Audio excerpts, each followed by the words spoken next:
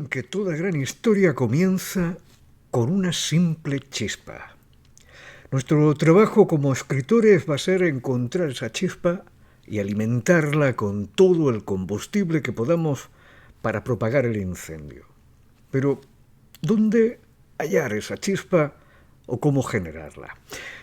La inspiración se ha convertido en uno de los temas recurrentes en la literatura, concebida casi como un proceso místico que aparece a capricho, producto casi de un estado de trance.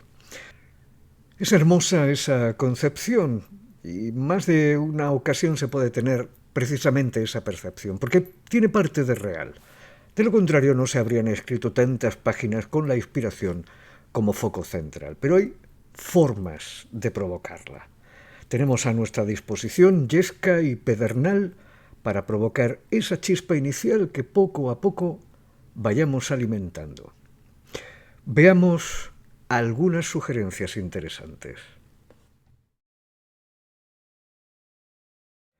Queremos hacer épica, construir una historia que abarque o termine abarcando una escala global, o al menos que implique un alcance mayor que las historias de otros subgéneros de la fantasía.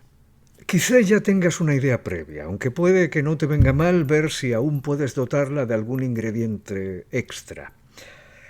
Quizá no tengas nada pensado y quieras buscar una buena idea. Como historiador, puedo asegurarte que el mejor territorio donde encontrar esas ideas generadoras es en nuestro pasado, en nuestro propio legado cultural e histórico, en nuestra propia historia. El objetivo no es copiar o trasladar tal cual elementos que encontremos interesantes en la historia, sino girarlos, reinterpretarlos y, a ser posible, reconfigurarlos en las claves de la fantasía, que puedan servir además de germen a nuestra historia o a algunos aspectos dentro de nuestra historia. La historia universal es muy amplia y te aseguro que en toda esa vasta amplitud hay miles de buenas ideas a la espera de ser capturadas y reinterpretadas para dar pie a nuevas historias. Lo llevamos haciendo 4.000 años, así que no pienses que se trata de ningún tipo de trampa. Muchos grandes títulos, no solo de nuestro género, tienen una clara inspiración en un hecho o en un personaje histórico, y muchos de sus autores no han escondido nunca que sus fuentes de inspiración han sido conocidas leyendas, el folclore local o algún suceso histórico concreto. ¿En qué parcelas de la historia podemos buscar? Voy a sugerirte algunas especialmente ricas. La mitología y los panteones antiguos, más allá de los nombres de los dioses, los mitos son estudios sobre el poder, el linaje, los celos y el conflicto. No tomes solo la idea del Olimpo clásico, adapta la idea de un panteón de dioses disfuncional y crea el tuyo, explorando las tensiones de poder, los celos entre hermanos divinos o las trágicas consecuencias de sus juegos entre los mortales.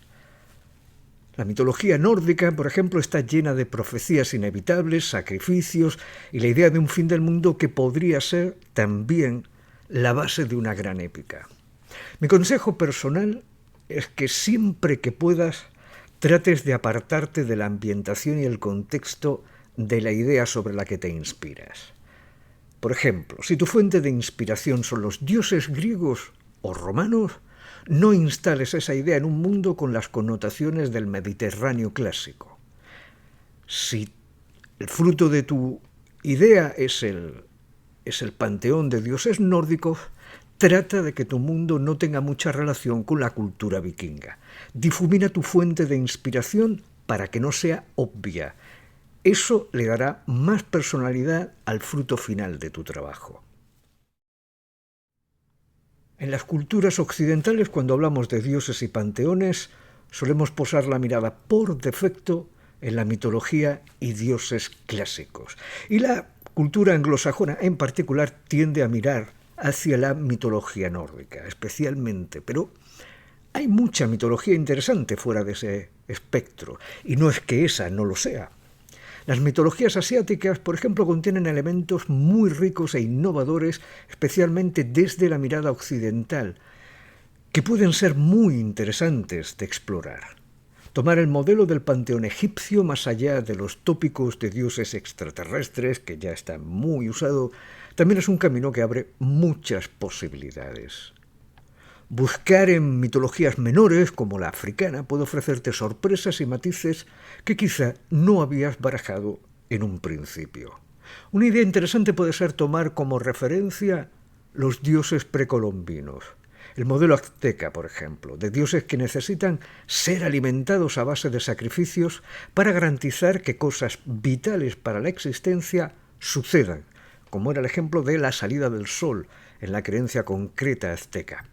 Eso puede darte una interesante base para desarrollar un contexto muy rico, como el de dioses benignos que proporcionan protección contra calamidades o beneficios, tecnología o poderes, o que simplemente aseguran la existencia tal cual la conocemos, pero que el precio a pagar por la intervención de esos dioses, del individuo que requiere sus favores o de la comunidad que pretenda congraciarse con la divinidad, tenga que ser un sacrificio verdaderamente querido y valioso.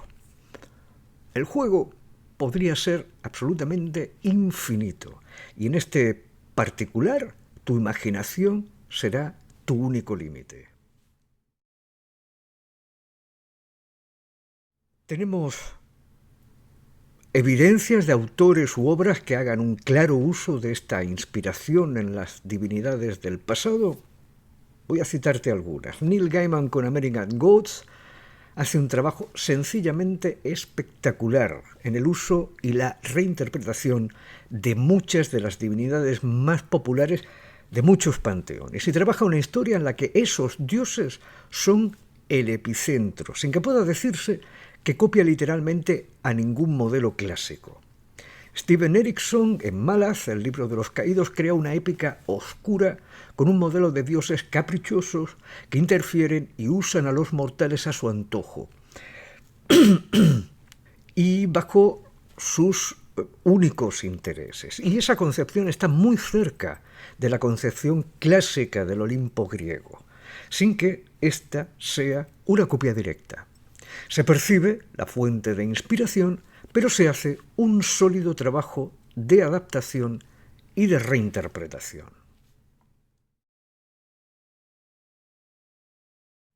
Personajes históricos y sucesos clave. Nuestra historia está repleta de conflictos, personajes y eventos épicos. Un imperio que cae, como podría ser la caída del Imperio Romano, una guerra de sucesión, como la Guerra de las Rosas, la apasionante y épica trayectoria de personajes históricos concretos como Gengis Khan, Magallanes o Julio César, el contexto de los años terribles de la peste negra, las intrigas palaciegas por el poder en la Florencia de los Medici o en la Venecia de los príncipes mercaderes. La fuente de inspiración que pueden ofrecer los hechos históricos es sencillamente inabarcable. Solo hace falta encontrar ese suceso, contexto o personaje histórico afín con tus intereses y sobre todo que te ofrezca la motivación necesaria como para trabajar una historia partiendo de ahí. Y no te limites a buscar solamente entre las edades del medievo con esa inercia que tendemos a pensar en que, como nuestra historia es épica y tendrá probablemente un horizonte cultural y tecnológico medieval, es en esa franja de edades, en esos siglos, donde estarán los sucesos y hechos históricos más cercanos a nuestros intereses. Como ya he referido anteriormente, la necesidad de reinterpretación de tu fuente de inspiración debe presidir en todo momento. Es un consejo que te doy en este sentido. Así que, si lo haces, cualquier suceso en la historia es tan válido como cualquier otro. Haz tu búsqueda en toda la historia y luego adapta esa idea al contexto que quieras imprimir en la construcción de tu mundo, en tu propio world building. Si lo que te inspira es la historia o la trayectoria vital de un personaje histórico, te recomiendo quedarte con la esencia de su historia. Haz una labor de síntesis preguntándote qué es lo verdaderamente destacable en la biografía de este personaje histórico. Pensemos, por ejemplo, en Gengis Khan. Sus batallas o sus sucesos históricos concretos no son lo verdaderamente importante, sino que es la historia subyacente, la historia de alguien que nace humilde en una tierra violenta, dividida y con escasos recursos, que en algún momento de su temprana juventud tiene una visión que va a desafiar siglos de tradición cultural, en el caso de Gengis, del pueblo mongol. Será capaz de unificar a un pueblo que jamás estuvo unido, no solo a través del miedo y la violencia, sino de un estudiado sistema de meritocracia que hacía interesante y oportuno el seguirle. Gracias a esto, va a conseguir expandir el imperio más extenso conseguido por una sola persona en una única generación. Será el imperio con estas características más grande que la humanidad jamás haya conocido. Y esa es la esencia. Y es la esencia de una gran historia, que puede, por ejemplo, enfocar una de sus premisas en trabajar sobre la máxima maquiavélica de si el fin justifica los medios. Pensemos en un héroe decidido, valiente, con una visión clara para empoderar a su pueblo, que usa unos métodos brutales contra el que se opone a él, pero que también demuestra una gran comprensión, tolerancia y protección a quienes se le unen en la construcción de ese mundo mejor para los suyos. Como hipótesis de partida, es un elemento muy interesante. Si te inspiras en un hecho histórico, de la índole que sea, lo que te animo a preguntarte es ¿qué pasaría si? Y añadir a esa respuesta, o como respuesta, algún ingrediente fantástico que altere el panorama. ¿Qué pasaría si en la Guerra de las Rosas se luchara con dragones y magia? Pues lo sabemos, porque ese es el planteamiento que está en la base de Canción de Hielo y Fuego de Martín. Pongamos otro supuesto, ¿y si la caída del imperio fue causada no por la corrupción y la propia expansión, sino por el despertar de una criatura ancestral? La clave de esto es usar la estructura del evento histórico como andamio para tu historia, que llenas con elementos fantásticos.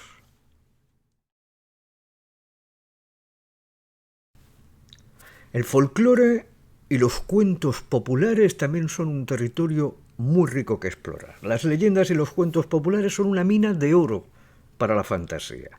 Tienen arquetipos, monstruos, conflictos muy claros que se pueden perfectamente adaptar y, de hecho, la adaptación o la inspiración en cuentos clásicos y folclore está por todos lados en la fantasía, en la literatura fantástica moderna, ya sea como el centro del discurso narrativo o en algunos de sus aspectos colaterales. Elementos folclóricos como el Yeti, la Baba Yaga o el mito artúrico son más que habituales, sin mencionar, por ejemplo, que elementos muy habituales en la fantasía en general, como vampiros, hombres lobo, muertos vivientes y otro tipo de criaturas similares que están sobradamente extendidas en los universos de fantasía, tienen un origen clarísimo en el mito y el folclore. En este particular, Sapkowski se ha revelado como un auténtico maestro en la reinterpretación y en la reinvención del mito folclórico y hace un uso más que extensivo en la saga de Gerard de Rivia, tanto de mitos, leyendas y folclore universal, como particularmente centroeuropeo o incluso propiamente polaco. Sin mencionar que el propio esquema de base de un cuento clásico, como por ejemplo podría ser La Bella Durmiente, puede convertirse en una buena premisa épica de fantasía oscura con unos toques precisos. Imagina una profecía que sumerge a un reino entero en un sueño del que solo la princesa puede despertar, pero que desata una plaga de horrores. Como en los otros apartados, y como va a ser una tónica en realidad en este oficio, tu imaginación es el límite.